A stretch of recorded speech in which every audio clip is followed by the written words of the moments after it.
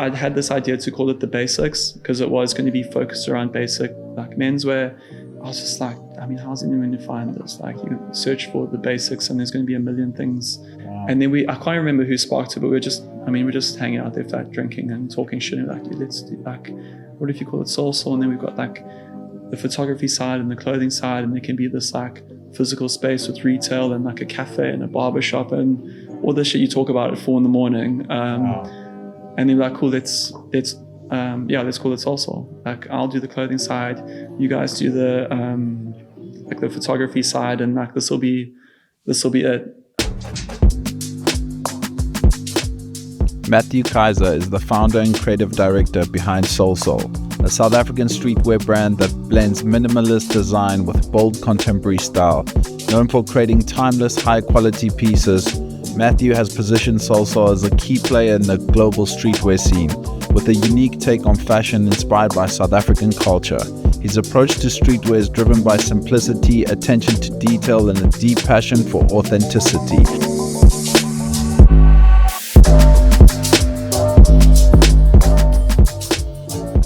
Thank you so much, bro. Thank you for making time, man. I scoured the internet looking for like any interviews and stuff you've done. I pretty much couldn't find anything. Yeah, there's not too much, dude. So I really, really appreciate you taking the time and making this happen. Big fan of what you do, you know? Cool, appreciate it. Thank you so much. Where I'd love to start, if you, let's say, at a dinner party with your wife and it's in a space within your working sort of realm, and someone asks you what you do for a living, like how do you articulate that answer?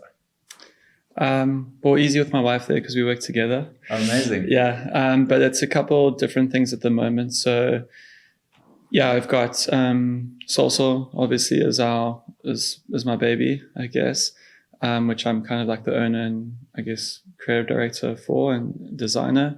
And then we've got a store, both online and physical, called Orphan Street Clothing Shop. It's all online with a physical space called the Clubhouse, which is half retail, half specialty coffee.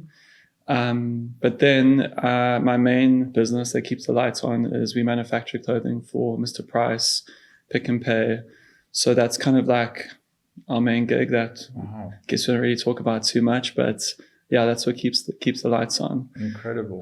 So yeah, and then I guess in like a very boring kind of job description role, I'm a director there. So yeah, it's a bunch of different things. But amazing. Yeah, that's amazing. where we are. I love that. I didn't know that you did that. That's so epic. I'd love to can't wait to get into all of that. Tell me, if we were watching now a documentary on your life, right? Yeah. And the brands that you're involved with, I would imagine that documentary would somewhat start with your sort of origin story. Yeah. If we were watching that documentary or reading the autobiography on your life, like where would that story begin? Yeah, I grew up in Durban. Crazy. What part? In Westville, Westville. Yeah, I went to like Westville Boys. Grew up like very normal suburban middle class life, skateboarding, surfing. Crazy. We actually weren't born in Durban, we were born in Joburg, and my dad just said, he wants his kids to grow up by the sea. So yeah, we kind of moved when we were like 2 or 3. And yeah, just threw us straight into the water. Like that was it for us. Played lots of sports at school. Yeah, just a normal Durban existence, beach and school. Crazy. And where does the first sort of something you see, or is it through the skateboarding and surfing? Where does the sort of apparel world like catch your eye? Yeah, I think definitely through skateboarding. Yeah, I mean, we probably started when we were like 10 or 11, myself and my brother and some friends. And I remember like very clearly there was my timeline throughout this whole thing was going to be very bad. I just can't remember dates and things. But there was a video that came out called Shorties Fulfill the Dream. I remember that. Yeah, which was just like, obviously the skating was nuts, but it was so like Chad Musker was the skater that put this whole team together and kind of like got the brand to where it was. And I remember just seeing him skating with like, it was like a Nike vest and like these big baggy Nike pants and his like, with the boombox. And I was just like, what is this guy doing, man?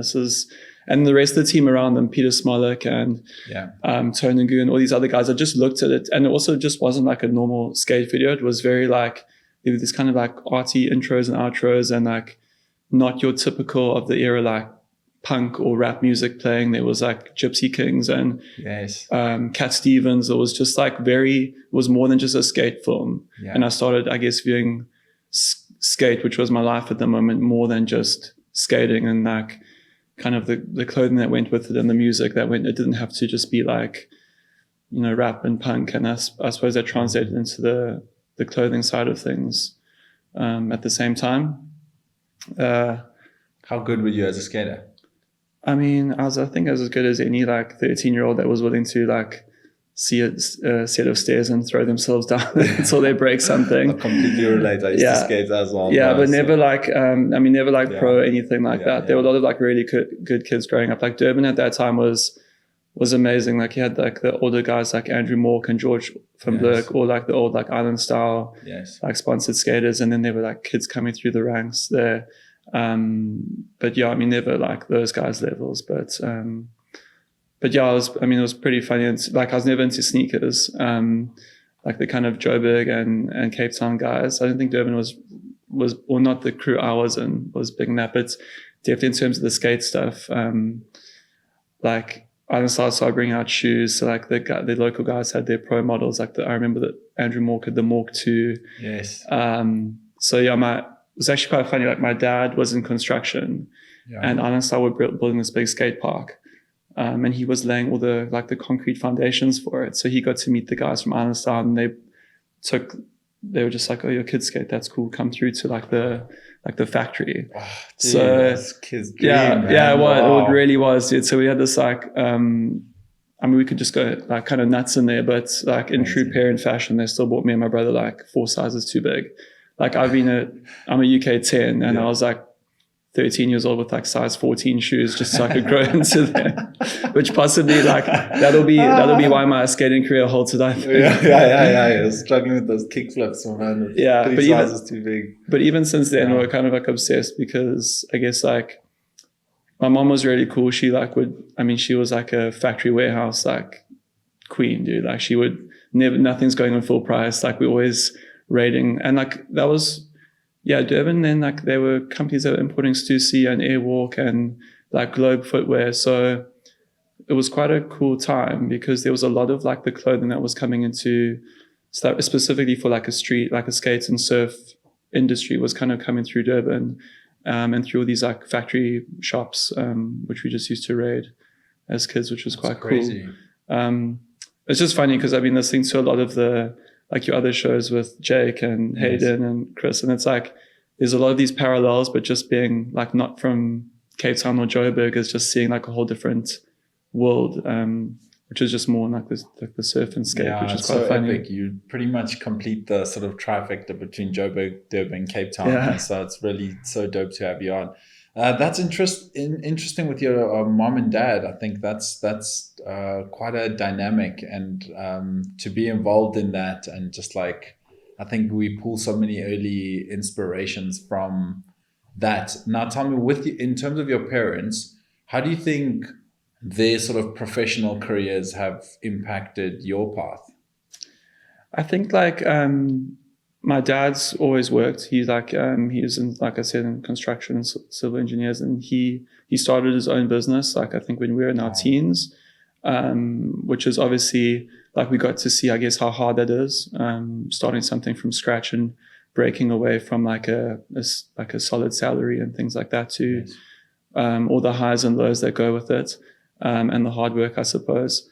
And then my mom, when we were born, my younger brother had some complications, so she was like full-time mom, which was like, was really cool for us, I guess, that she was always there. But yeah, she would never like, dude, she was driving us everywhere, to the beach, the skate park, to the bike track, like, so it was really cool. They were really like it was a really cool house to grow up in. Like they would always like kind of, our biggest fans like would always push us to do things. But I think at the end of it, like they both had quite like entrepreneurial spirit. And not afraid of hard work. I actually worked for my dad after school. I didn't really know what I wanted to do. And I started working. I finished when I was like 17, so like kind of a year before. Yes. And the last year of the school I went to, I was just being like a surf rat, like not getting up to anything. And at the end of the year, they were like, you kind of like need to like go work now, or or you can go study, and we'll help you with that. But you need to do something. You can't just be at the beach every day. So I kind of went, worked at the surf store in North Beach, which was on the beach right under the spot Joe Cool's, which was kind of like the club bar at the time. Yes, I know it. Which was wild. And then they're kind of like, it's not really what we had lined up. So I actually went to go work for him for a while, which was very kind of formative, I suppose, because we went to go get my overalls and my hard toe boots and my construction helmets and stuff like that. And then the night before I was like, cool, Dad, so what's up? What time are we leaving? And he was just like, well, I'm leaving at 7. I don't know what time you're leaving. You must better check in with the foreman. And then all of a sudden I was up at 4:30, walking 2Ks down the road to get picked up by the foreman and the carpenters and all the laborers, and getting thrown in the back. And I think that was I don't know what I expected, but I think that was also my dad just being like, it's not, nothing's going to come easy. Wow. I remember the foreman at the time was just he was super cool, but he was just like, dude, the worst thing that can happen to you is everyone knowing you the boss's son. So don't lean into that at all. And it was cool. It was just a big wake up. I learned a lot that I think my dad specifically wanted me to learn. We had we weren't spoiled kids, but we didn't really want for much. They were quite good with that. But I think when it came to a point, it was you need to kind of see how the world works, and you're not going to be sitting in the front seats and getting to work at 8 o'clock. You've got to kind of start from the bottom and mixing concrete. Wow, so it was quite cool. It was cool. It was very hard work. I learned very quickly that it's not something I wanted to do with the rest of my life. Yeah. But it was cool because I think that was his kind of way of really, you can tell someone to work hard, but I think unless you actually really get thrown into it, it's and then at the end of the day as well, I drive past construction sites and I see guys work. I'm just those guys, I don't work hard. If I'm having a tough day, it's not true. that. So I think that was quite cool. But yeah, I think that was it. My dad, very entrepreneurial, very very hard worker, but very fair. And then my mom just super creative, always wanted us to do cool things, and kind of definitely a rebel, kind of wanted us to pursue different things and try everything once type thing. So it was quite a cool juxtaposition growing up, I think. Yeah. Incredible, man. Yeah. Your parents sound epic, bro. Really cool. Good parenting, man. Yeah. That's amazing. Yeah. And tell me, when does then the first moment of, how does the brand start developing? Is it do you start with sketch? Do you start with, and is that sort of around those times after you've seen the sort of shorties videos and everything else, and you now in construction, between that time, are you already thinking about building a brand, or is there something? No, not really. I was always interested in from a distance, but just didn't have the time, dude. It was working 6 days a week, and you're just so finished by it. And I think that's when I was just I just don't want to do this. And then around that time, my brother finished school. He was 2 years below me, or 3 years below me. And he was is a really talented graphic designer, but both of us didn't want to launch into something we didn't know what we were going to do. So we kind of did this bridging course that taught desktop publishing, which was an early graphic design, graphic design for dummies type stuff. Yeah. Through a company it was a 3-month course that we did together, which was really cool. And they were really good with placing people into the working world, I guess. Oh, wow. And we finished up, and my brother was cool, this is what he wants to do. He's going to go study at the Technicon in Durban. Yeah. And I got a job at Reebok in their marketing department.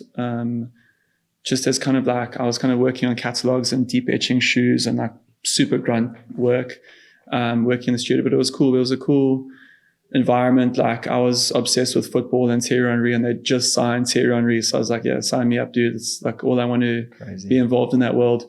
So, and there was also they did a lot of manufacturing locally in Lesotho for shoes and apparel.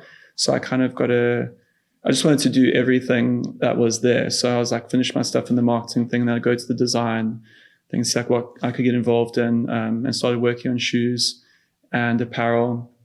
Like they sponsored Bloem Celtic at the time and Amazulu. So I did some like cup jerseys for them and stuff, which was cool. And then it was like the first time I'd seen, I guess, like doing something on a screen or on a piece of paper, and then it going through the mill and getting approved, and then having like 10,000 of them pop out. Wow. Which was quite cool. Obviously it was like a massive scale, but I think that's when I was like, okay, so just started learning how things work. But again, just like super busy. So I didn't really have much time to do my own thing. And then I moved to another company that was still in apparel called Musgrave Agencies. They were like the licensee for Volcom and Quicksilver, electric sunglasses, all these cool brands, but also Jeep clothing, which is kind of where I got stuck to move into it. But it was such a cool company. Like if the waves were good, like no one was at work type thing, which was like perfect for what I wanted to do. But I just got very bored very quickly. I went from maybe doing like one person doing 7 jobs to like 7 people doing one job. And I ended up just leaving. I started dating my wife at the time, and she just started with this company, which is the same company we're actually at now. And didn't really know much about it. I just knew that they manufactured clothing for Mr. Price at the time. And she worked for this young couple, and she was just kind of like a dual assistant. And then they were kind of growing, and she was moved into like an assistant on the kind of female gender side, and they needed someone for like the male gender side, working under the husband. And she kind of like filled me in, and she's like, dude, they travel all the time, and we just work with like clothing, and you're designing stuff and you're measuring stuff. And I was probably like 22 at the time.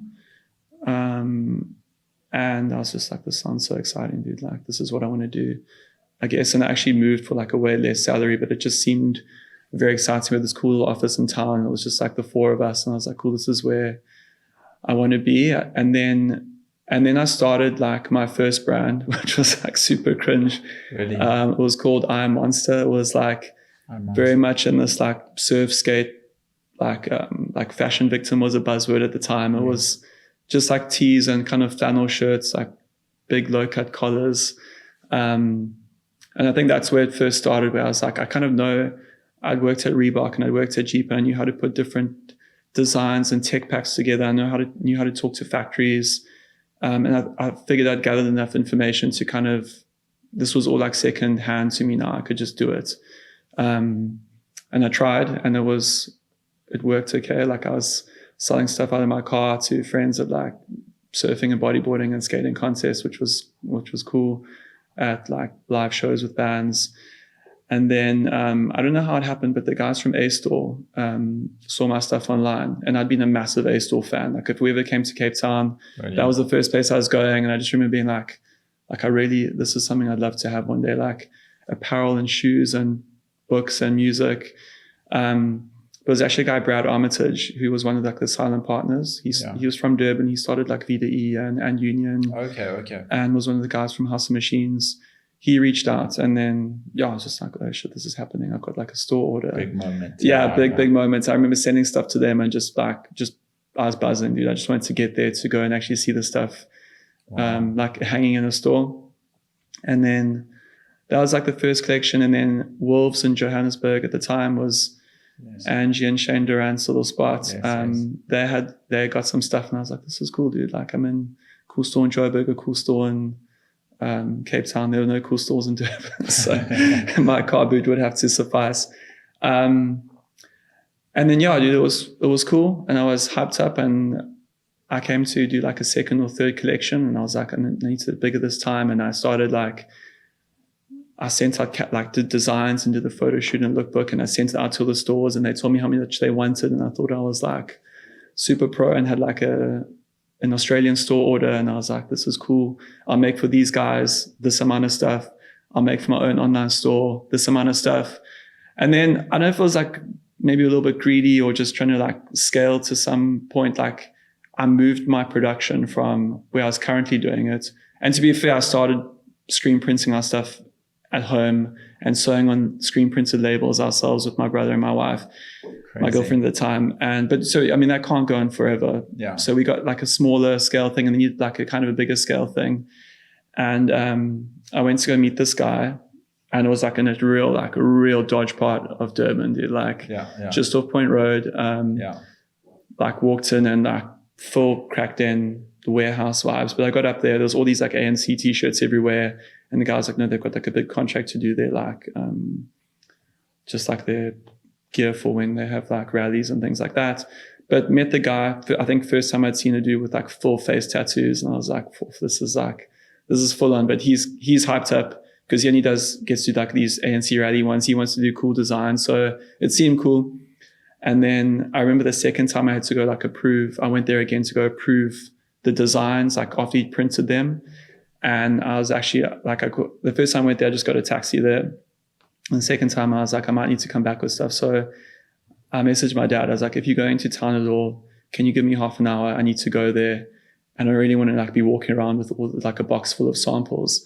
So he dropped me off, came back, and then he was just like, oh dude, like it's not a case of if something bad, it's like when something bad happens. So when I eventually, anyway, we placed the order, it went ahead. It's probably like 300 t-shirts at the time, which was, massive for me. That was like 4 months worth of salary I'd popped into this thing, but I had orders. I was ready to go. So like, what's the worst that could happen? And then I asked the guy if he could deliver them. And he was like, no, dude, come pick them up from my house. Like it's too much to pick up from the shop. It's cool. You can come on Friday night. And he was like in Umhlanga Rocks, dude, like this mansion of a spot. And I was just like, this is such a weird setup. And I remember getting there and I was buzzing. I was like, dude, let me see the tees. He's like, no, dude. Like he was quite a bit older than me. And he was like, nah, dude, no, but not business now. We jawling now. So he's like, have a beer. Let's smoke something. I was like, this is cool, dude. Like this is, I guess, the guy I want to work with. And then we hung out and it was like, oh, dude, it was cool, but also like a bit sus. Like I wasn't like entirely comfortable the whole time. Like, it's like dudes were shooting each other with BB guns and stuff. I was like, these guys just got way too much money and like no sense, dude. So anyway, I left and with all my shit in the car, got home and I opened my boxes and like the prints were just completely messed up, dude. I went through every single t-shirt and like I had like these big screen print blocks on the front and the back and they were like really small in the wrong places and with no color. And I was just like, dude, it's all of it is wrecked. So I was like, fuck, this dude's been drinking. Like I'll phone him tomorrow. And I phoned him, I was like, hey dude, like I got it. And he just went nuts, dude. He's like, what? Like you paid, I'll fucking kill you. And I was just like, oh my God, dude, this is not worth having a fight with these guys. And I just they completely were in the wrong, but I also kind of just chalked it up to maybe like trying to run before I could walk type thing. And just dude, I just had to throw it away. That's crazy, man. What a crazy story, bro. Yeah, dude. And then it was like a first big learning curve. Like I couldn't do anything with these. Like it's a phone A-Store and phone Wolves and phone these other guys and just said like, dude, I'm sorry, I can't do anything. And like, oh, we'll wait. And I was like, well, there's nothing to wait for, dude. I've got no money. Like I can't do anything anymore, like for the foreseeable future. And I was just kind of over it. So yeah, I just also we had this kind of big shakeup. It's probably been at that company for 3 years now. Yeah. And we kind of had this big shakeup with work where the couple that we were directly working for had a bit of a bad fallout and they left. On a Friday afternoon, it was quite bad. And our CEO, the owner of our company, who's this amazing Taiwanese woman that was living in Cape Town, she phoned us on a Saturday morning and she was like, hey, there's this shakeup and so-and-so have left. I need to hire someone senior, or unless you guys can step up. My wife and I were 24 at the time. We weren't married and we're just we would drive around Durban with my brother, hungover, trying to find the McDonald's. And we phoned her, we were just shit, what do we got to lose, dude? She knows what we're capable of and what we aren't. She's taking a chance on us. If it doesn't work, we try, she can't be too. So we phoned her back, we're yeah, we're in, let's do it. And it kind of happened at the same time. So I had something really hard, big to sink my teeth into. I was let me just focus on my career and put just private label stuff on the back burner. I've been so burnt now, I actually can't deal with it anymore. Let me just focus on work and rebuilding. Yeah, dude. And just try and, just do it was still exciting. We got to travel a lot, which was cool. And it was, we had like a lot of proving to do, and it was just busy. We went from all of a sudden being the staff to hiring staff. And it was just a lot of responsibility to take on early, and it didn't really have time to do kind of anything else. Yes. And are you guys manufacturing a lot? Are you doing distribution deals at that time with the company? So we're kind of like a middleman for these big retailers. Gotcha. So we'll work with them in terms of what the product should look like. So that's why we'll travel a bit. We'll go to like Europe or to Asia and see what the international retailers are doing. Got you. And then try and make that work for South African market. Got you. And then we work with factories in the East, in China. And then it just becomes a big fight on price for a bit. Yeah. Make sure everyone's happy. They say if both people leave a negotiation, they're both unhappy, then everyone's happy. Good deal, yeah. So that's basically it in a nutshell. And then we did that for probably 3 years later. I was just like, I'm actually can't this is not really what I envisioned. It's just become like we've got a team now, and it's very email and it's negotiation. It's the kind of creative side has just somewhere disappeared along the line, and I don't know where. So I really had this itch to kind of do something again. And I think through traveling a lot, through work and stuff, we're spending a lot of time in the UK and London and in Barcelona and in Hong Kong, which just blew my mind. It was crazy. We're probably going 6 or 7 times a year. And just seeing all these amazing retail spaces. I was obsessed with retail and clothing, physical retail spaces. So just go there and immerse ourselves in that. So I just knew I didn't want to burn myself again and, be 6 months out of anything. And I also had more responsibilities at that stage. So I went to our boss at the time and I was just like, hey, I'm kind of burnt out. I still want to do my job. I still want to earn a salary, but I want to do my own thing. I want to do my own clothing line, and I need some time because it's going to take away from my day a bit to really focus on it, doing it properly. And I need some contacts. I know these factories that we work with can make anything we want. It's just we were only really confined by price of the fabric for the retailers. But if you give someone a really expensive fabric, the one factory we dealt with was predominantly denim. We make tons of denim for the South African market, but I'd been into those fabric markets, and I found the most expensive Japanese selvage denim there. I was like, can you make me a pair of denims with this? And they're like, yeah, of course. And because the manufacturing is not it's all there. It's just a case of getting good raw materials. So I was like, this is all kind of at my fingertips now. And then I was like, the last thing I need is some money. I'm not prepared to do this on my own again. So we kind of worked a deal, and she came in as a partner, and she's like, as long as you guys keep putting money in our bank account every month and you keep doing your job, she'll support it full on. So then I was had my tail up and I was just ready to roll, dude. It was a big I'd watched way too much How to Make It in America, which was such a good show, which I'd recommend to anyone trying to who wants to start their own brand. And just dived straight into it. I kind of knew exactly what I wanted it to look like. I was obsessed with the North Face and Acne Studios and Our Legacy, or the Scandinavian brands, but then also Supreme was massive into streetwear. Big hype beast before it became a negative connotation. It's just, there was another brand, I Love Ugly, from Australia, which I really liked. And I just started building it from there. I didn't know what it was going to be called. I didn't know what branding was. I just knew what I wanted the clothing to look like. I've always been product focused, rather than the kind of hype machine that follows later. Or in some case now kind of preludes the actual product. But I knew exactly what I wanted the product to look like and feel like and wear and kind of where I saw, in what stores I saw it living and what people I saw it living on. So that I had all figured out.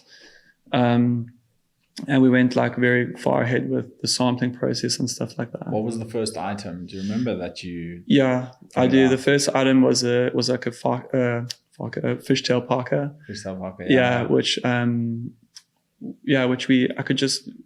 Which was cool now because I had someone that could make it. You can And again, just having someone backing it, which I'll get into later, has got pros and cons. But like, yes. you can just dive straight into the sampling process and not really have to. You don't have to like sell 7 things to make one sample. So we kind of really refined this kind of parka, which had all the bells and whistles on and had this like coated fabric, this wax fabric. Yes. And that was the first thing I was like desperate to make, because I just felt like there wasn't one anywhere in South Africa at the moment. And then tees and kind of 5-panel caps were huge at the time. Yes. That kind of followed on, and like a good pair of pants. But the parka was the first one that I was like really obsessed with.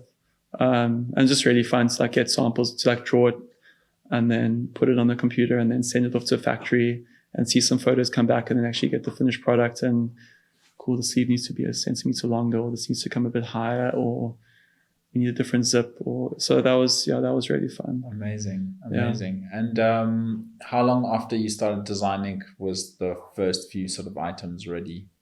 And I wanted to also ask you, maybe whichever comes first, how do you get to the name?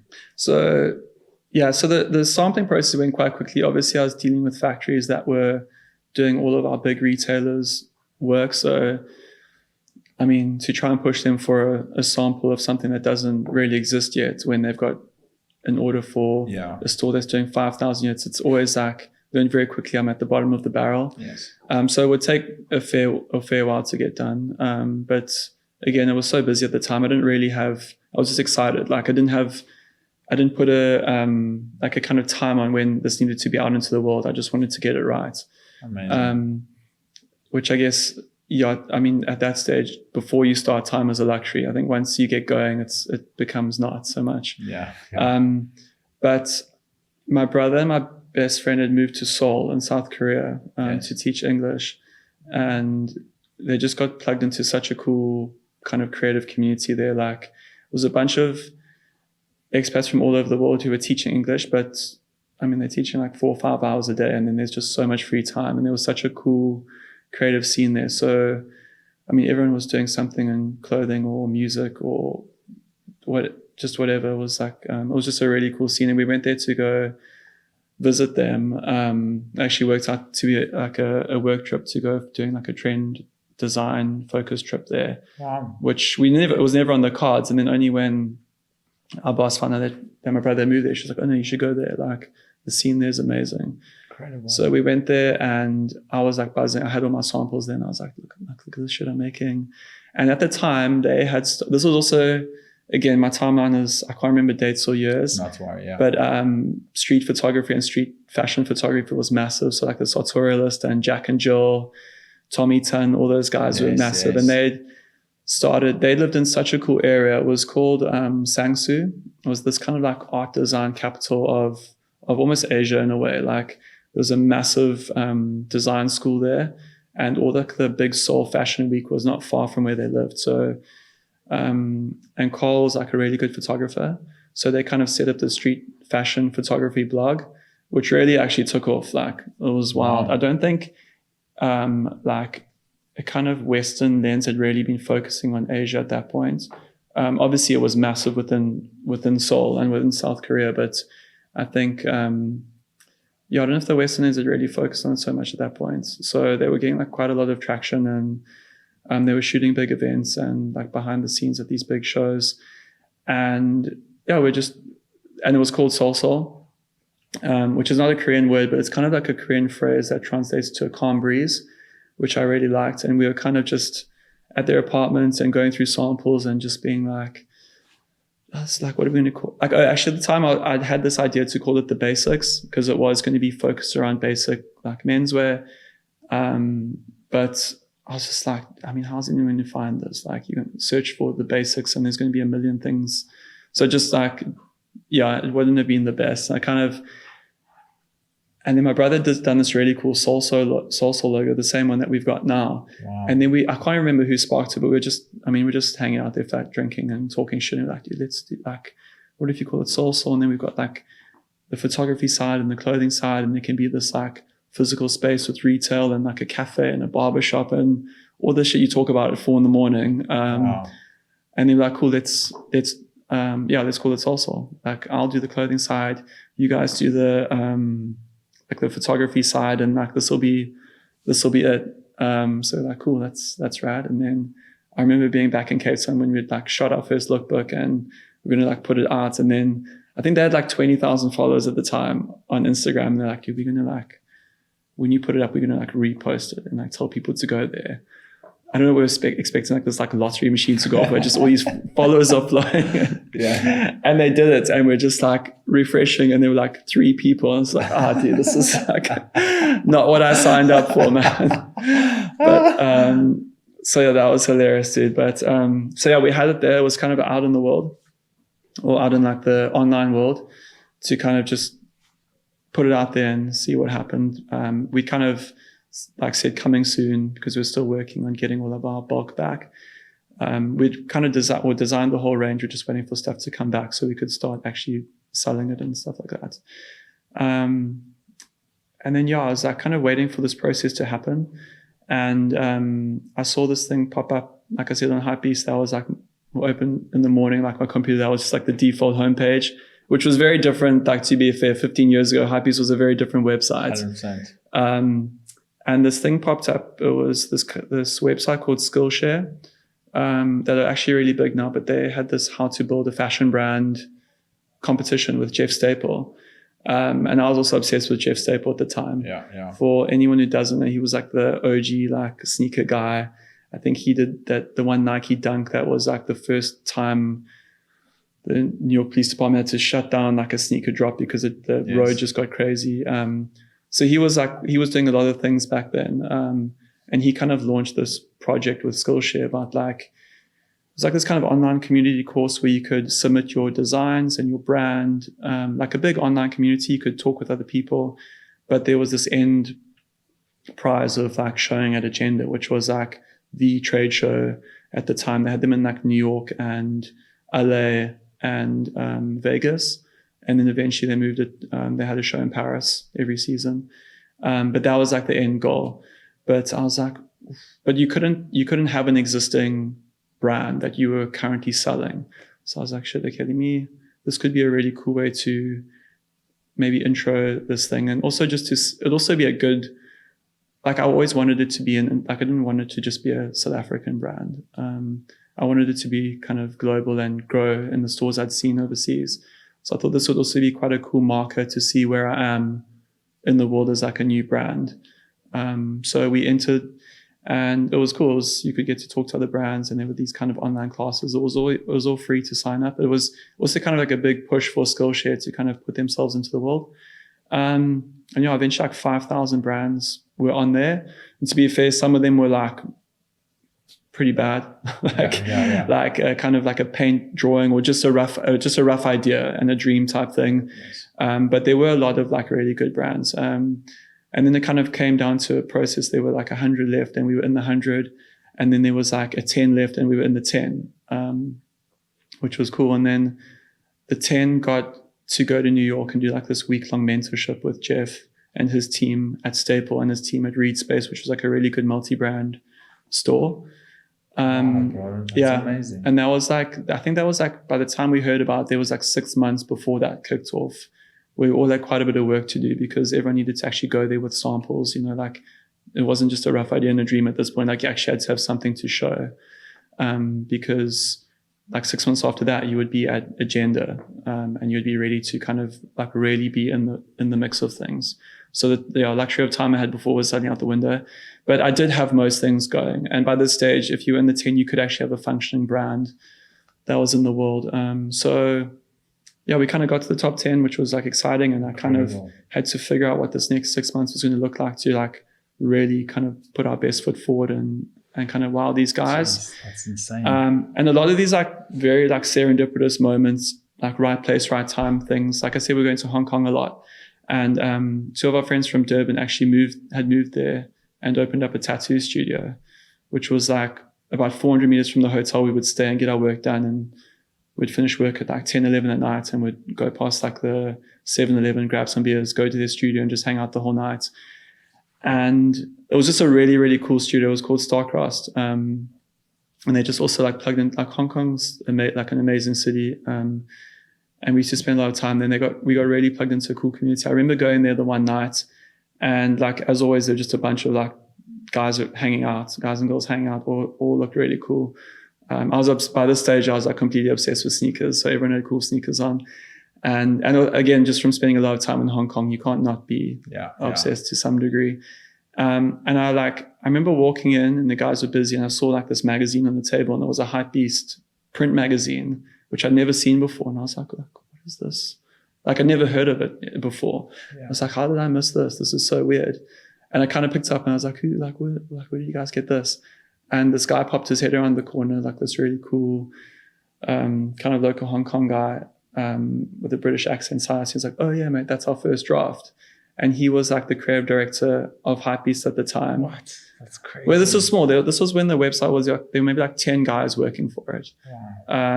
And we just got chatting. And he was like a really keen photographer. And I was asking what he does, obviously with like how exciting it must be to launch this magazine. He was asking what I do. And then, just really cool guys. All of them have gone on to do their own things now. Like subsequently left Hypebeast, except for one guy. Who's kind of like running the whole show now. Right. But we just got chatting and they were just really cool and they were like hyped up to see what like a new brand from another side of the world and excited to hear about the music that was coming out at the time.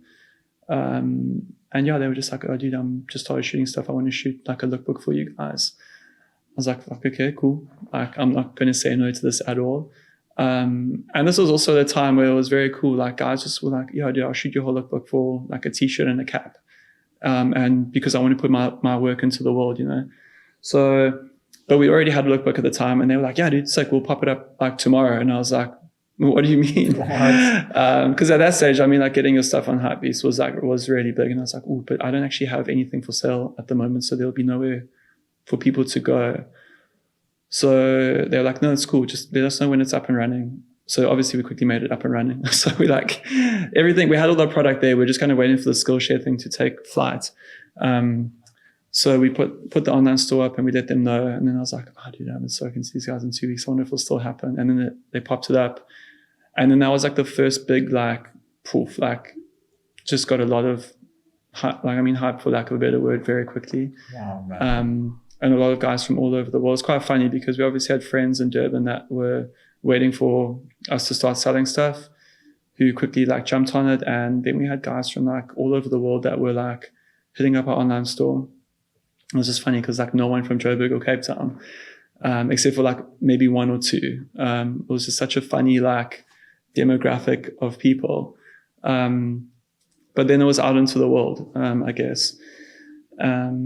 And then fast forward to the week in New York, and even then it was quite shocking because then we had like two of our kind of smaller, or the same collection. Just one was a studio shoot, and the one was like a kind of around Hong Kong shoot that our friend Silas had done.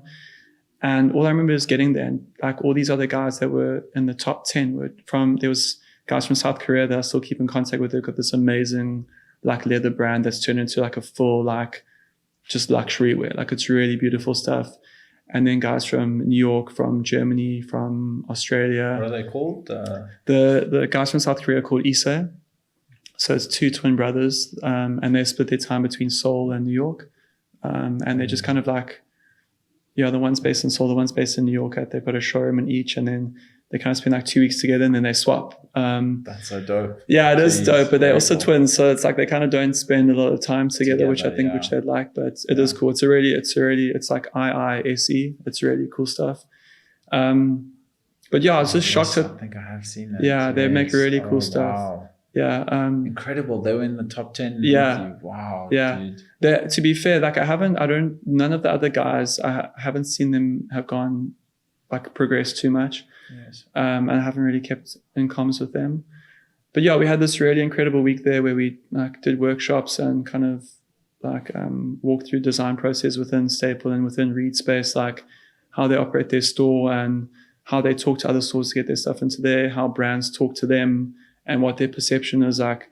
What are red flags if a brand's like, oh dude, I can do all this and that, but they can't deliver. So like really learned a lot.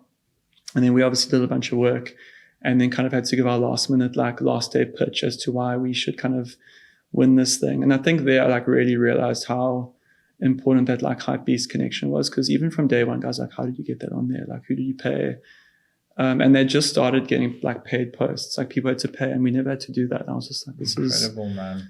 So like lucky and whatever. But yeah, we ended up leaving. We like shot some content around New York, and it was quite a dream, to be honest. Like I said earlier, like watching How to Make It in America, and then being there with like literally going with my bag of samples and stuff was quite a cool moment.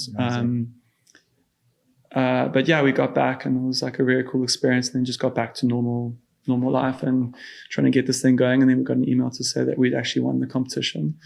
That's which was crazy, bro. It was wild, dude. They couldn't, but then the real work started, dude. They kind of had a call with them, and they're like, yo, dude, you better not fuck this up. Wow. Like, we put our name behind you. You've got a booth coming up at Agenda. It's in New York. We could choose between New York and LA. I was obsessed with New York at the time. And now if I had to go, I'd go straight to LA. Really? But yeah, I went to New York, and it was a cool experience. We hustled to get stuff ready because, we kind of had a walkthrough with what we needed ready at the time. And also we were like, Agenda was massive, dude. Like all the big brands were there. And like I knew it was going to be full on, but only found like a week before you have to like let people know you're going to be there. It's not just like a big exhibition where people walk around and see you and talk.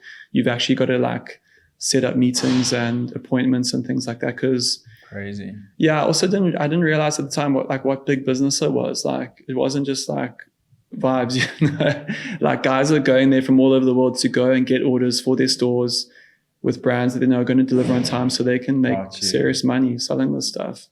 And I wasn't really prepared for that. So I was literally like underprepared for what that was going to be like, where we'd meet someone and they were just like, cool, dude. So I want to get like 40 of those and 50 of those and 60 of these. Like, how much is it going to cost? And when do you, like, what delivery service do you use? And I was just like, the post office, dude, I don't know how to do this. So I was like very underprepared, but like, some guys were happy to take a stab. And I think it's just like, I learned now as a shop owner, like it was like a long shot, because you've got so many expenses as a store, and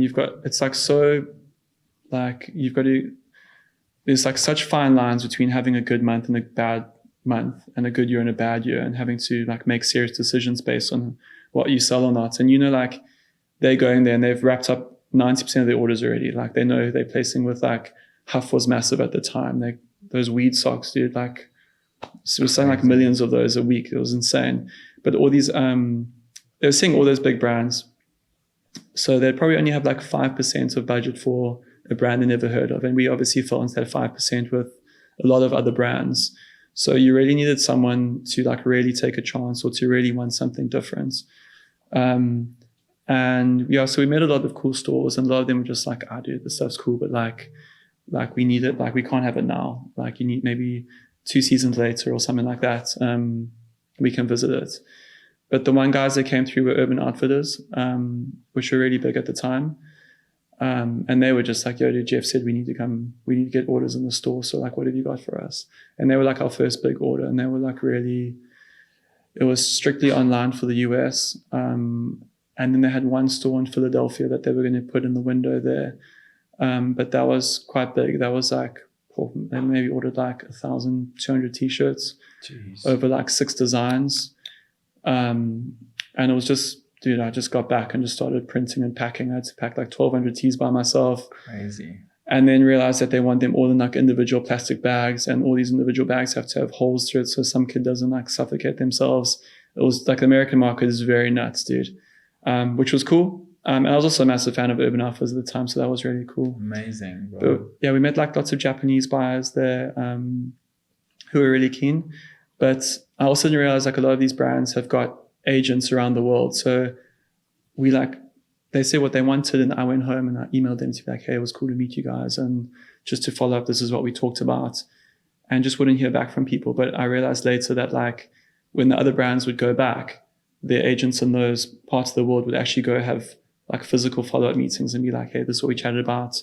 You can't actually get this, we can't make it, but you can get this. And they would get that deal done like very personally, which I never had.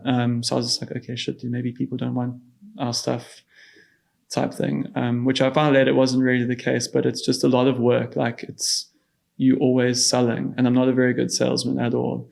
When it comes to like I work with the big retailers or the other brands we house, I can sell that stuff all day, but like it's very hard to sell something you've made yourself, to tell someone like, hey, this is like the coolest thing at the moment, and look at this fabric, and by the way, I made it. It's like it's so like it just doesn't make sense to me. Yeah. But yeah, that was like a kind of big jump into the pond of like the world of like streetwear and fashion. And it's just a very big world, dude.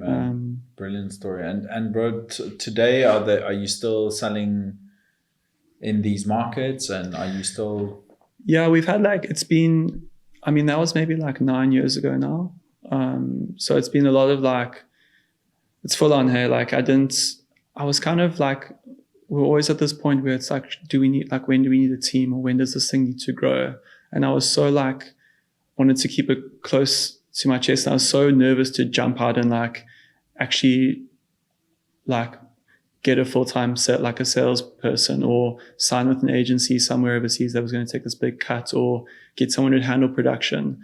Like stupidly thinking I could do it all myself. Like I was very attached to it like being mine and wanting to hold on to it, which was, it just definitely hindered like the growth, I think, which I'm not cut up about. Like I'm very happy with what we've done, but there was probably like a 2-year period in those 9 years, which I think if we'd taken that leap and like really got a proper team, it would be a very different story.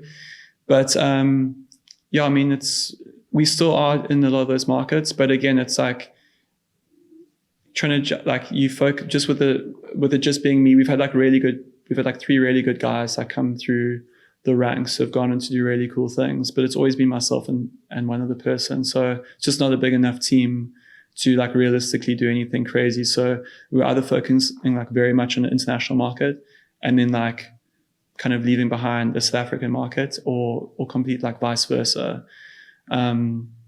So it's kind of gone through these ebbs and flows. So at that point, I was like very excited about getting out into the world. I was like, if we put it out into the world, if it's like, like big in the US and big in Japan, it'll be big at home, which was not so much the case. Yeah. So it kind of went through these like ebbs and flows. But when we did come back home, we focused. It was just very small. Like going from like being at this agenda trade show and dealing with these massive orders to now like dealing with very small scale stuff, which and that sounds like very patronizing, but it's not meant to be. It was just like it's just a different industry at the time, like streetwear. The reality of like buying power here and so on. Exactly, and so forth, So then I kind of was like, no, I need to focus more on home, but I just didn't really know how to do it. So I reached out to Smith & Abrahams, which was like way too far ahead of their time, dude. Like it was done by Brad Abrahams and Anthony Smith from Tubop, and it was this beautifully curated store in Woodstock, which had like this combination of like very futuristic, like very Tubop like consoles, but then like these old like medicine cabinets that had like limited edition ASICs and stuff inside them. Amazing. And I would like, if that opened at the same time in the Lower East Side or in Shibuya, that'd be billionaires, dude. Yeah. It was just like a kind of wrong place, wrong time. But I went to go see them, and Brad picked up the stuff straight away, and I was like buzzing on that. And it was also kind of like, this is what you want, we'll get it in a couple of weeks. But at the same time in Durban, we were kind of at this little pop-up that no one really knew about, with a friend that was kind of selling sneakers in Durban at the time, but he was very plugged into like the Joburg scene, like with Smiso and Ricky and like the Boys and Bucks and stuff. Yes. And then, he called me one night. He's like, dude, Ricky's here. Like he wants to get some stuff. He's playing a show tonight. So I quickly rushed over with like some hoodies and some tees and some caps. I was like, shit, dude, like nice to meet you. And he was like adamant that he's like paying for stuff. He was just hyped up. Amazing. Yeah, that's Ricky. Yeah, dude, like such an amazing guy. And like, I think the same way like that, like agenda and then Hypebeast thing kicked us off there, he was so crucial to kicking us off. Like I'd known Smiso because he was like always in Durban, and we always used to have coffee at the same place. And he was rocking stuff, but Ricky was like on his way to just being on a full another level, dude. Like he played a show in Durban that night and wore one of our t-shirts, and like then Instagram just went bonkers, dude. Like no one was like, it was all these kids, like no one wants to buy online, but they just want they want stuff, which was amazing. Like we basically sold out all of our stuff the next day, but it also opened like just a chain of events with like just a whole bunch of guys printing their own tees and stuff, which is just part and parcel, I guess. Yes. But yeah, we got plugged in quite quickly to Ricky was always wearing our stuff, and Casper was wearing a bunch of it, which just takes on a whole new life of its own in South Africa, which you can't really like function without, I don't think. Like if those guys are wearing something at a show or even just like on a Saturday afternoon in Brahm, dude, like it's like, yeah, it's just crazy. You can't put a price on that, dude. Like if they're wearing it, kids just want it, dude. 100%. And then stores want it. So yeah, so we kind of went through this like ebb and flow of like focusing on like home and abroad. Are you at this point like full-time working on the brand, or are you still jumping between the projects? No, I'm not at all actually. We've got, I've got a really good, like I said, we've got 3 really guys. The first one was this young guy, Luke, who was like fantastic. He was the first one that we pulled in as an intern when we had Corner Store in Woodstock. We opened with Young and Lazy and Tubop. He was in there, then he worked full-time for us. Just so cool, man. Like such a good kid. Like it's not often you meet someone who's got the whole creative side and has really good tastes, but is also willing to like get his hands dirty and work really hard. Absolutely. Those things are usually separate, but he could do both. And yeah, he was amazing, dude. He was really cool. He was like our first guy, and he's gone on to do, he works for JW Anderson now in the UK. Crazy. And then we had this other kid, Regan, who was also amazing, like really, really plugged into the scene. Like really plugged into the culture. He's working at CFG now as a designer. Crazy. And now we've got this guy, Daniel, who's kind of like my like right-hand man, like such a cool kid, like, yeah, really good designer and such cool level of taste. So he's kind of like really pushing it at the moment. I'm still there like overlooking where we should be selling and where we shouldn't be and what the product needs to look like. And he's kind of just finessing it. So yeah, but it's not unfortunately my focus at the time. I have had like this resurgence in the last like 2-3 years to really focus on it, because I think like anything you kind of like, there's definitely a point where I was like, I'm not really like just didn't like fall out of love with it, but just kind of grown up a bit in a way. And like I was at this weird part where I was like older than my target market at the same time. Like I wasn't trying to like go to clubs and get DJs to wear my caps and stuff, dude. And just, so that's why it was so important to have like Regan at the time, who was like 24, Dan's like 26 now, to kind of, because I'm like 38 now, dude. I'm like just different to when I started it. Of course, yeah. So there was just like a period where I was kind of like in and out, but I think I've kind of started focusing on the products again and making really nice clothing. So it's kind of like fallen back in love with it. And I think also having someone who's like really keen on building something cool, in Daniel. And yeah, I think if when I kind of get back to where we were maybe like 5 years ago, where it's like the international agents are kind of asking questions and it's doing really nicely back home, and we can kind of start that process again. So yeah, that'll be like the push now, I suppose. That's epic, bro. And when does sort of the women's wear come into? So you guys launched. My wife actually spearheaded. It was a brand called Meili. Yes. Is that still going now? No, it's not happening anymore. We probably did it for like 3 or 4 years, and like it was really cool. It was kind of we had a big, like a lot of girls were buying like Soul at the time, which was really cool. And then finally, we launched Meili, and we had a whole bunch of guys buying the Meili like chore jackets and pants and stuff. Crazy. But we just figured like it would be a cool, like it would make sense to do it, and it did. We had like a little store above the corner store, like a little space, and we did some cool collaborations. Like we did a big like Soul Meili, Richard Nisi and these other guys, Escort from Soweto. We did like a big collab with Coke, which was really big for all of us, including Meili. But yeah, I think we got to the point where it wasn't really, we kind of had to make some hard decisions about what was working, what wasn't working, and where we needed to kind of put our efforts. And like I said, with having like a full-time job, we kind of had to be like quite strict with where our time was spent. And Meili was one of the ones that kind of went to the wayside, unfortunately. Yeah. And how do you make your decisions around what pieces sort of come next? Is it just whatever's ready and you sort of put it together into a new catalog, or what is your process to like figure out what, has that process also changed over time? Yeah, I mean, it has changed. It's like ideally you want to like be working a season ahead, right? And you can show people what's coming and they can tell you how much they want and you can base it off that. And then you also know like, cool, nobody wants that jacket, so I'm not going to bother making it. Like why would I, or people want more of those. And then, but that you've got to have you've got to have all your ducks in a row to get that down really well. You've got to be working a year in advance. Right. And then you've got to make sure that you're not late on anything, because if you're late, people don't want it. If you promise someone they've got jackets for winter and winter passes, they're not going to take them, and like why should they? It's kind of like you've dropped the ball.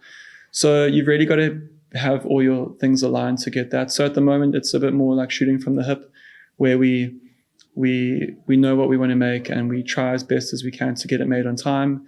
And then the stores we're working with at the moment, I think, understand that and are happy to take it as it goes.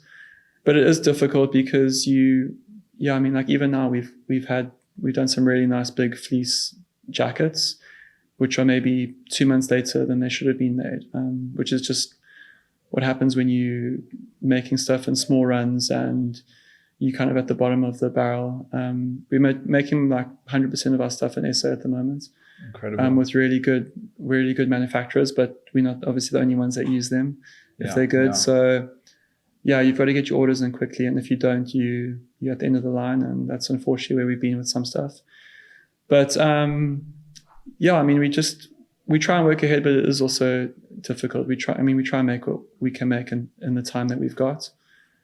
But and that hasn't really changed, to be honest. It's always quite been a bit shoot from the hip, to be honest. Yeah. But which is cool, man. I don't know. I feel like you guys really lock in on iconic pieces. It feels like it's still going to be just as relevant. It doesn't feel like seasonal wear, Yeah. And I don't know, like it feels like it's going to wear really well, and it feels like something you're going to have in your cupboard for a very, very long time, I hope so. I mean that's like the plan, obviously. Like if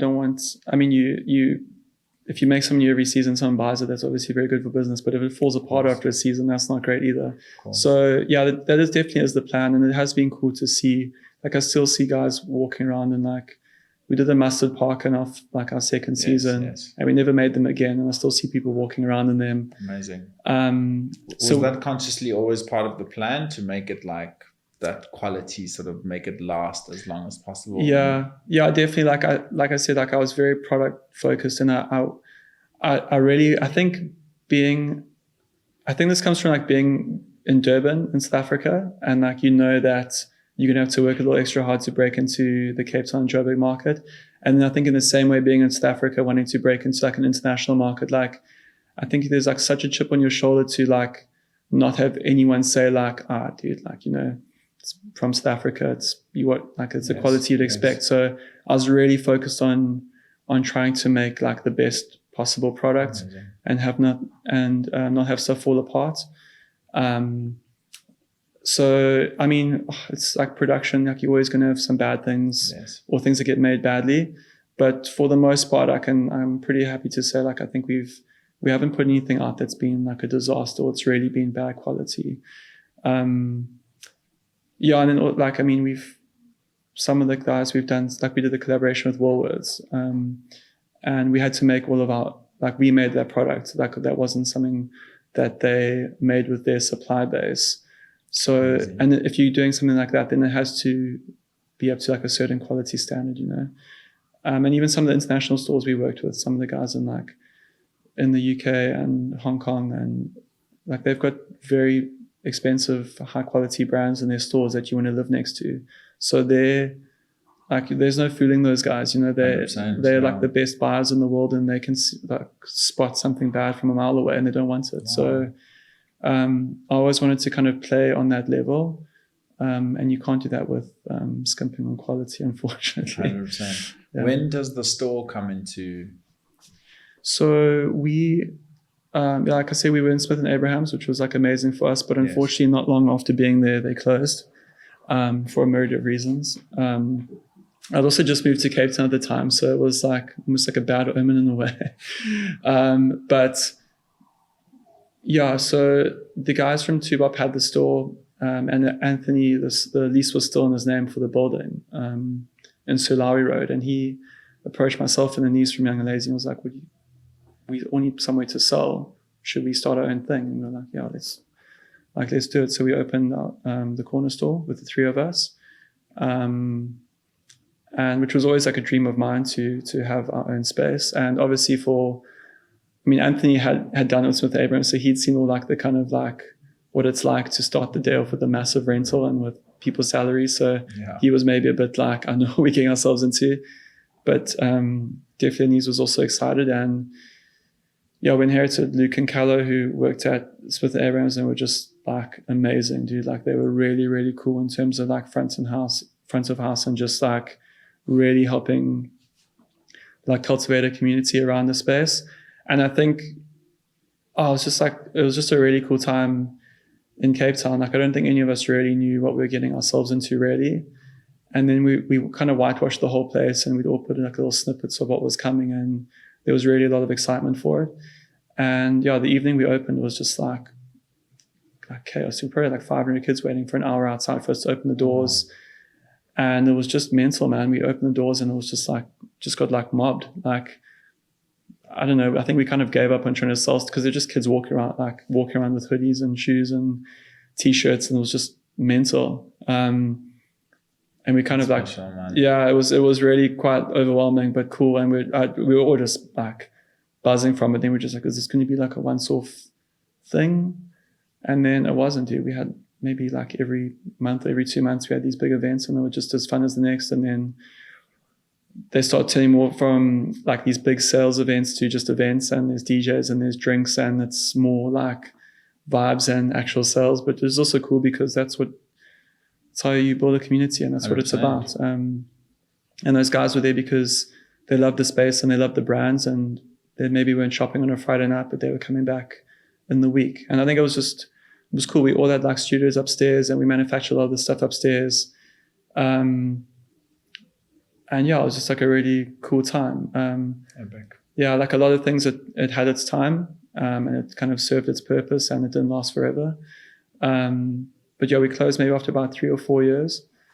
And then I really loved it, and I really loved being part of a team, but I really wanted to do like my own. I had like a vision for a store that I wanted to open. And I knew I kind of needed to, I couldn't really ask questions about how things I wanted them to be done. Yes. And then, yeah, we built a new store in Orphan Street, which became Orphan Street Clothing Shop in town, which was kind of like a dream place to open. I had like a very clear idea in my mind of what I wanted it to look like. But we worked with these really great guys, Marlon Leggett, who's an amazing designer, and Dion, who's just amazing builder, can basically build anything, dude, and also like a really good designer. And we worked with them and just built like a really beautiful space, I think. So that also was about 3 years. We closed in COVID, which was very sad because it was just like it was built to last. Like the landlord, I think, when we was just like, each dude, like, you guys basically called me about it. Yeah, we built like this massive concrete slab counter. This massive piece of marble on the wall. It was really like, I really wanted to have like the store space, like elevate the brands. And it was this kind of mix of like hard raw concrete with this like beautiful plush carpet and beautiful marble on the wall. And it was really a nice space. And we had some cool brands in there. We had like Wanda Laporta was in there, the Kanyam Dingy, Bloom, which was like a new young brand at the moment, obviously Soul and Meili. And then I really wanted to start putting like international brands next to local brands. So we had like 032C from Berlin, and we had a Cold Wall. We had Panama Studios, who I'm working with closely now. They're more in like a cycling lifestyle space, which was very hard for people to wrap their heads around when we first put it in there. But that was kind of like the natural elevation of the store, I guess, from corner store to where we are now. But yeah, I think having a physical space, like I said, I started working in like a surf store when I was 18. So it was cool to hang out there. I love going to visit retail, so to have our own one has always been a dream. Amazing. And now it's like living fully in an online space. Yeah. With a physical spot in Sea Point that's kind of called like OSCS Clubhouse, and it's more geared on like the kind of like Panama Studios, which is cycling and lifestyle, and we've got Satisfy running from Paris, which is really cool, like a very high-end running brand that's also translates into lifestyle. And then Soulsol living alongside those is quite amazing. It's quite cool. And then a young guy, Alex Zono, who does running kits from Cape Town, and then Ollie, who's just like, just makes amazing coffee and just got a really cool coffee space. So that's epic. Yeah, it's been quite an evolution in a physical sense. Yeah. A few more questions, bro, before we wrap up. Tell me, if I am listening to this podcast and I've just started my t-shirt brand, and you were to give them a little bit of advice from, I mean, no two journeys are the same, but if you were to give someone like that advice, what would you tell them? First of all, there's no perfect fit for a t-shirt. Like, that's a fallacy. Like, no one's making the perfect fit, because who's it the perfect fit for? So don't get caught up in that. Make something that's good quality. The seams aren't going to fall apart.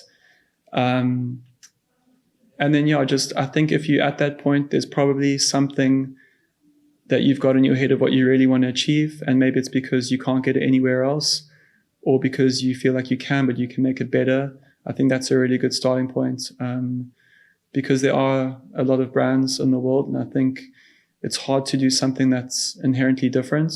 So if it isn't going to be inherently different, it just needs to kind of be inherently you. And if people like that, then they like that, and if they don't like that, then that's on them. You can only do what works for you. But I think focus on the product is what I'd say. Like, without trying to sound like as old as I am, like, I think don't get caught in the hype machine, and I think focus on the product rather than the hype, because there's especially with everything being online at the moment, there's almost like nothing worse than getting really excited about something online and then getting to it in person and kind of being let down because it doesn't live up to the online story that's been told. Obviously vice versa, if you're making something beautiful, you need to hype it up and you need to put it out there because no one might ever see it. But I think really focus on product first, I would say. Focus on what you want to make and make it really well.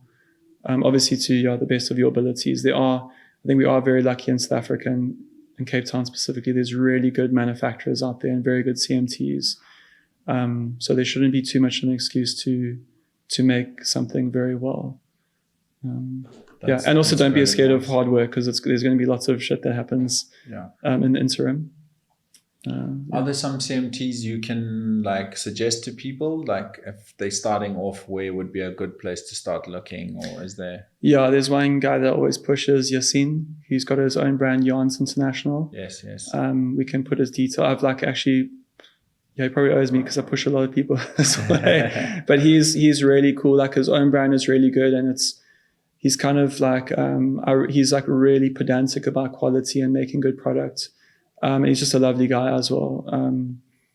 So I'm sure we can put his details if he's happy with it. But he's a really cool guy. He's my go-to at the moment. Yeah. Incredible. I think that's important. When we were coming up, it was so much kind of gatekeeping, for lack of a better word. No one wanted to let people know who they're making stuff with. Absolutely. And I don't think it really services anyone, because it doesn't help the industry. It doesn't help the manufacturers. It doesn't really help anyone. Well, I always say if your sort of advantage is that the place to get the stuff, you don't really have an advantage. Exactly. Yeah, true. It's people who don't want to share their design sort of teams or the CMTs, or that's your real gap. You don't really have a gap, Yeah, exactly. I love that. Tell me, bro, do you read? Don't read as much as I should. Hey, okay. I mean, my house is full with different design and kind of fashion books, but no novels, unfortunately. What's one fashion book you would say you open more than any other?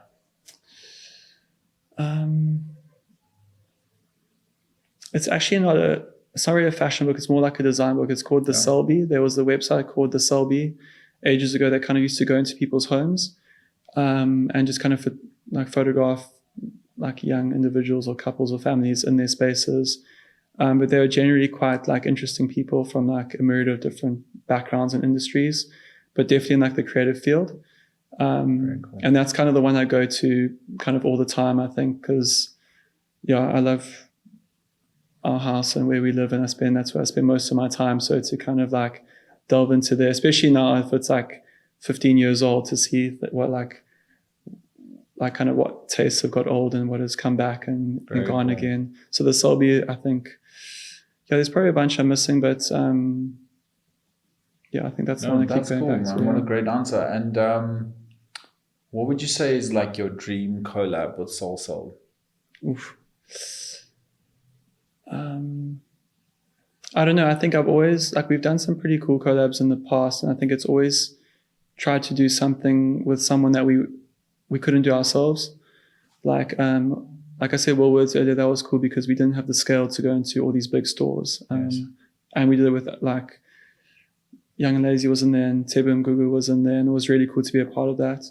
And I think my favorite one was with Levi's, because I was obsessed with them, and they were making something at the time that we couldn't make.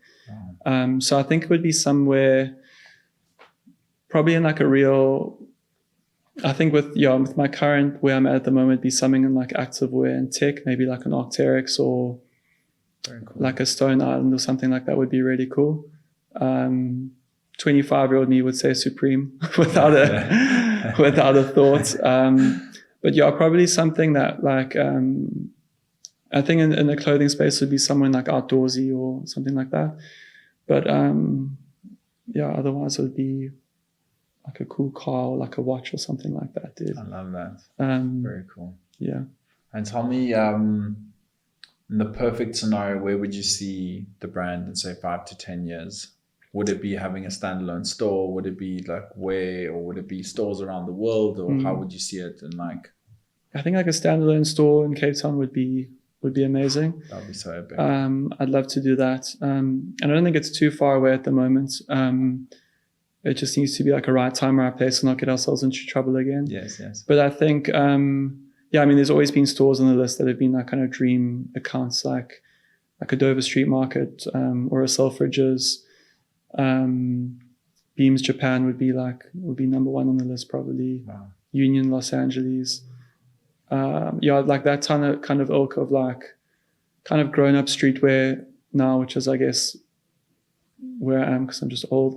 But those would be kind of the levels. It's just they're just beautiful stores. It's like you walk in and it's just like you can't really put into words later like what that experience is like. Yeah.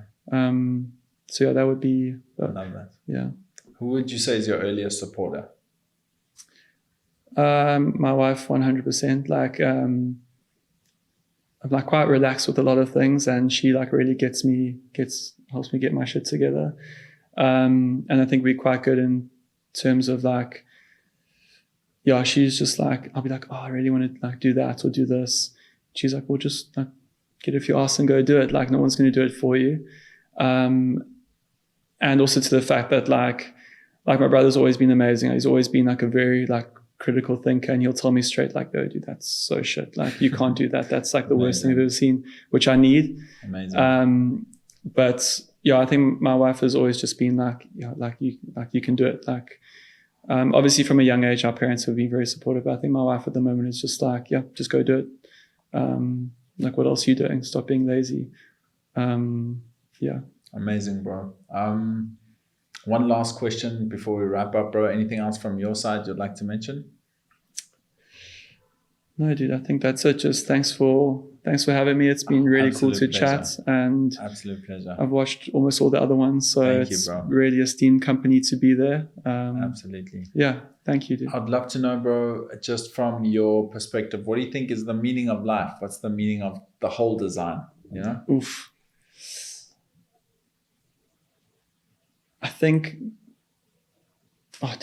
like just being present, like as kind of cheesy as that sounds, like we've had quite a big year with like a lot of like ups and downs, and I think I've learned this year more than ever is to just be present in your moments, because things can change in like a flash, like if things are bad, they can get good really quick. And if things are really good, they can also turn sour quite quickly. So just be grateful for what you've got, because there's someone who's always got it a lot worse.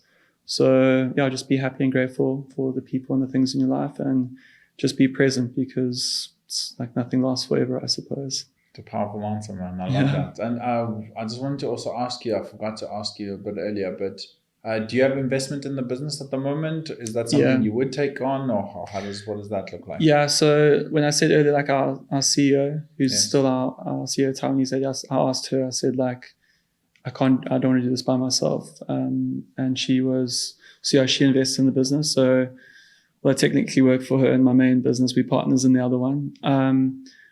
And like I said, it makes some decisions really easy, because you can go into like a 7-round bit of sampling, because, you know, you've got the money to do it. Yeah. But at the same time, you know, we've been very lucky. We've been able to make a lot of decisions that haven't been like profit-based, where we can, like, a store has come along and we actually would maybe be very good from a financial sense, but for a branding sense, it's something I didn't feel completely comfortable with. So we didn't take it. Wow. So there's a lot of benefits you can have from that. You can also get comfortable there, where you don't, or maybe not, like, you know, chasing sales or chasing accounts, because you can still pay your rent at the end of the month if you don't have a great month. But yeah, I think for me personally, I think we're, like, after being burnt quite badly by myself, like, I think, you know, I was lucky I was renting with my wife at the time, and, you know, I still had a full-time job. Like, if I didn't have all those things, and it was a lot more money now, probably in pretty serious financial trouble. Yeah. So it can, I think it can ease. I feel like you can make a lot more. It also, I think it's very dependent on who you bring in for financial things. Like, on How to Make It in America, there's this scene where they get this, I think it's like a Russian Albanian dude, Yossi, and he changes the whole name from Crisp to Crisp by Yossi. And it just goes so sour, dude, because he's making all these decisions and it's not based on the 2 kids that started it. So, I mean, that can be that's obviously the full negative of it, like being kind of told what to do and kind of drifting away from what you had, like, envisioned your brand to be. Yes. But I think if you can find someone that, like, really believes in you and, like, that you trust and they trust you, then I would recommend if people can find something, because you just get opened up to this whole new world. But again, it's not impossible without that. It just makes some things easier, makes some things more difficult. Yeah. Absolutely. When did the brand start? Was it 2012, 2013? 2012. 2012. Yeah, was kind of where we first started. Look, bro, you guys are, like, from my perspective, you've passed that sort of threshold that's like, the brand's here to stay, and I think everyone knows that. And I think it's gonna have its ebbs and flows, as you know, throughout the journey. But bro, it's like, it's so part of our culture here in South Africa. It's like, I'm telling you now, a lot of people are also gonna just be like, oh, I know that brand. I didn't put 2 and 2 together. It's one of the brands that definitely, I mean, makes so much sense now why it's always had this big international appeal. And, you know, I think you're just getting started, man. I think you're going to do so many incredible things with the brand, like your guys' taste, your collaborations, the community you've built, man. I'm so excited to see what you guys do with it and where you take it. And like I say, just like the very product you create, I feel like it's a brand that is going to last forever. I appreciate it. Thank you. And it's like the way the logo is aged, and just like everything feels like it was just put together the other day. It doesn't feel like it's this legacy brand, which it already really is, you know? So shout out to you, bro. Thank you for taking the time, bro. Thank you for, like, just coming and doing something like this. Like I said, I hadn't seen you do something like this. So I really, really appreciate it. And I know your story is going to resonate with so many people. And you know, you have had such a cool journey, man, and it's really epic for you to come and share it with everyone.